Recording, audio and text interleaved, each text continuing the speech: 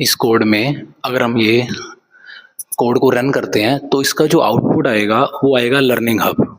ठीक, इसको एक बार रन करके देख लेते हैं भी इसका आउटपुट क्या आएगा। देखो लर्निंग हब इसका आउटपुट आ रहा है। ये जो स्टेटमेंट है ना, ये एक बार एग्जीक्यूट हुई है और एक बार एग्जीक्यूट हुई तो इसने लर्निंग हब यहाँ पे हमें मेंशन कर दिया। अगर हम क्या करें, इसको 2 बार मेंशन करें, यहाँ पे कॉपी और पेस्ट कर देते हैं यहाँ पे और इसको 2 बार मेंशन करें। अब अगर इसको एग्जीक्यूट करते हैं तो ये लर्निंग हब 2 बार आएगा। ठीक, वैसे हमारी रिक्वायरमेंट क्या है, इसको ना 4 बार करने की है मान लो, तो ये 4 बार आ जाएगा स्क्रीन पे। ये देखो आउटपुट में 4 बार दिखाई दे रहा है। ठीक है, ये लर्निंग हब 4 बार आया, 4 टाइम्स। क्या ये सेम चीज हम कोई और तरीका है हमारे पास जिससे हम कर सकते हैं? मतलब हमें क्या करना है, इसको मेंशन तो एक ही बार करना है, एक्चुअल में मेंशन इसको एक ही बार करेंगे हम, और कुछ यहाँ पर ऐसा अरेंजमेंट करेंगे कि इसको लूप में घुमाएंगे भी 4 बार घुमाएं या 3 बार, 2 बार, कितनी बार इसको हम प्रोसेस करेंगे, कितनी बार एग्जीक्यूट करवाएंगे। तो उसके लिए हम क्या करते हैं, इस स्टेटमेंट को एक लूप में हम पुट करेंगे। उसके लिए यहाँ पर एक टेक्निकल वर्ड है व्हाइल। एक्चुअली ये लूप का ही एग्जांपल है और इसमें हमें यहाँ पर क्या करना है, स्टार्टिंग में एक हम वेरिएबल लेंगे जिसमें हम 1 स्टोर करेंगे और उसके बाद यहाँ पर कंडीशन लगाएंगे कि ये 3 तक चलेगा। मान लो कि हमें 3 बार प्रिंट करवाना है और अब उस स्टेटमेंट को यहाँ पर पेस्ट कर देंगे। अब क्या होगा, अब क्या है, अब हमें लग रहा होगा कि ये लर्निंग हब 3 बार आएगा। तो एक्चुअल में इसकी वर्किंग समझते हैं, ये काम कैसे कर रहा है। सबसे पहला स्टेप, एक वेरिएबल है उसमें 1 स्टोर है, आई में 1 स्टोर है और जो आई है वो less than is equal to 3, यानी कि ये कंडीशन को चेक कर रहा है कि जो आई में 1 है क्या 1 3 से कम है। ठीक है, सही है ये बात। अब ये एग्जीक्यूट हो जाएगा। अब ये लूप है, लूप का काम क्या होता है, ये फिर से वापस यहाँ कंडीशन पर आएगा। लूप क्या करता है, फिर से कंडीशन पर आता है, कंडीशन फिर से चेक होगी। अभी भी आई क्या है, 1 है और 1 अभी भी 3 से कम है, तो ये फिर से एग्जीक्यूट हो जाएगा। फिर से लूप का एंड आ गया, पर ये तो लूप है, लूप क्या करता है, फिर से घूम कर जाता है स्टार्टिंग पॉइंट पर, फिर से कंडीशन चेक होगी। तो ये बार बार यही काम करता रहेगा। क्यों? क्योंकि आई की वैल्यू हमेशा 1 है। तो आपको ना एक स्टेटमेंट और देनी है यहाँ पे, I is equal to I plus 1, यानी कि आई की वैल्यू को आपने 1 बढ़ाकर आई में ही सेव कर दिया। ठीक, तो अब क्या होगा, अब ये वापस से जब यहाँ कंडीशन पर आएगा ना, तो अब आई की वैल्यू 1 नहीं है, अब आई की वैल्यू 2 हो गई है। अब 2 के हिसाब से भी ये कंडीशन ट्रू है, क्योंकि 2 भी तो 3 से कम ही होता है। तो ये एग्जीक्यूट हो जाएगा लर्निंग हब, और ये भी एग्जीक्यूट होगा, ये स्टेटमेंट भी एग्जीक्यूट होगी। इसमें हम क्या कर रहे हैं, आई की वैल्यू को फिर से बढ़ा रहे हैं। आई की वैल्यू 2 थी, 2 में 1 जोड़ के हम इंक्रीमेंट करके हम इसको 3 कर रहे हैं। अब क्या होगा, ये ऊपर जाएगा वापिस यहाँ कंडीशन पे। अब 3 लेस देन तो नहीं होता, पर ये इक्वल टू तो लिखा हुआ है ना, तो ये कंडीशन भी ट्रू होगी। फिर ये फिर से प्रिंट हो जाएगा लर्निंग हब, और ये भी अपडेट हो जाएगा, ये 3 + 1 4 हो जाएगा। फिर से ये ऊपर जाएगा। अब क्या है, अब ये आई की वैल्यू यहाँ 4 है, और 4 के हिसाब से ये कंडीशन ट्रू नहीं है, क्योंकि 4 आई से कम थोड़ी होता है, ना इक्वल टू होता है। तो यहाँ पर ये कंडीशन सेटिस्फाई नहीं होगी।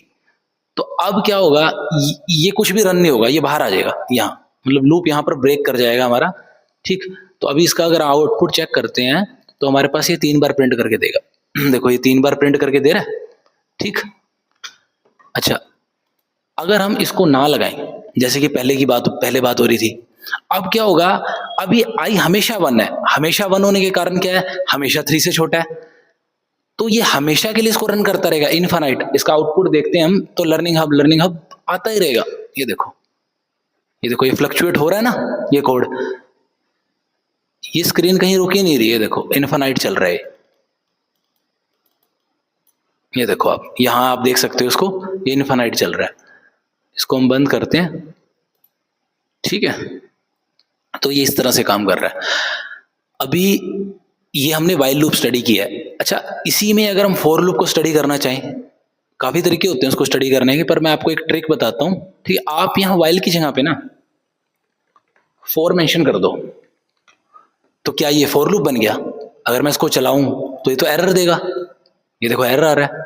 ठीक है, चलो जी, अब आप क्या करो, मतलब ये आपको फॉर लूप मेंशन किया आपने, आप ये चाहते हो कि फॉर लूप की तरह चले, फॉर लूप है ये, तो आप यहाँ स्टार्टिंग में ना सेमीकोलन लगाओ और यहाँ एंड में भी सेमीकोलन लगाओ। अब ये बिल्कुल भी एरर नहीं देगा। अब ये फॉर लूप है, आप कहोगे सर ये फॉर लूप जैसा तो दिखता नहीं है। जिस कोई ऐसे स्टूडेंट्स भी होंगे जिन्होंने फॉर लूप किया हुआ है, वो कहेंगे ऐसे तो नहीं किया, उसमें तो हमने ये भी मेंशन किया था और भी काफी कुछ था। चलो एक बार चलाकर देखते हैं चलता है कि नहीं। ये देखो ये तो काम कर रहा है, चल रहा है ये तो।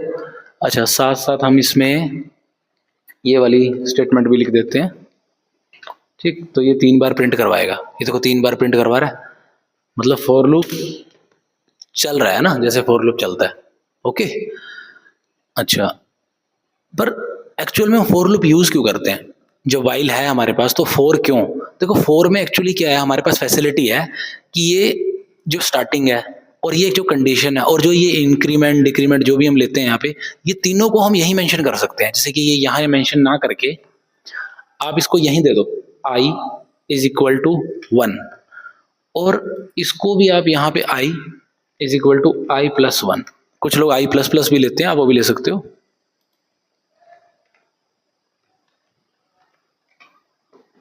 यहां से इसको हटा देते हैं।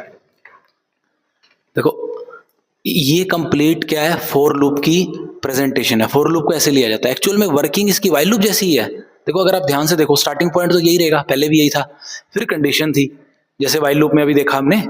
कंडीशन के बाद जैसे ही कंडीशन ट्रू या फॉल्स होती है तो नेक्स्ट स्टेटमेंट एग्जीक्यूट होगी। जो ये स्टेटमेंट है इस कंडीशन के बाद एग्जीक्यूट होगी। चलो जी, कंडीशन के बाद ये स्टेटमेंट एग्जीक्यूट होगी। उसके बाद नेक्स्ट स्टेप क्या है हमारे पास? नेक्स्ट स्टेप जो है ना, वाइल लूप में हमने देखा नेक्स्ट स्टेप ये था, तो वैसे ये भी यहीं जाएगा ऐसे। उसके बाद ये स्टेप आएगा। अब इसके बाद फिर कंडीशन, फिर ये स्टेटमेंट एग्जीक्यूट होगी, फिर इंक्रीमेंट होगा, फिर कंडीशन। तो ये इस तरह से काम कर रहा है। एक्चुअल में वर्किंग इसकी वही वाइल लूप वाली है, ठीक है। अगर इसको हम चलाकर देखते हैं ऐसे, तो देखो आप इसको ऐसे समझो ना, ये देखो जैसे मैंने पहले कोड राइट डाउन किया है, आप ये देखो अभी भी ये फॉर लूप ही है। स्टार्टिंग कैसे, यहां से, फिर कंडीशन, फिर ये, फिर इंक्रीमेंट डिक्रीमेंट जो भी है, फिर कंडीशन। अब ये यहीं घूमता रहेगा ऐसे ही, वापस यहां नहीं जाएगा, क्योंकि ये बार बार अपडेट हो रही है फॉर की वैल्यू, ठीक।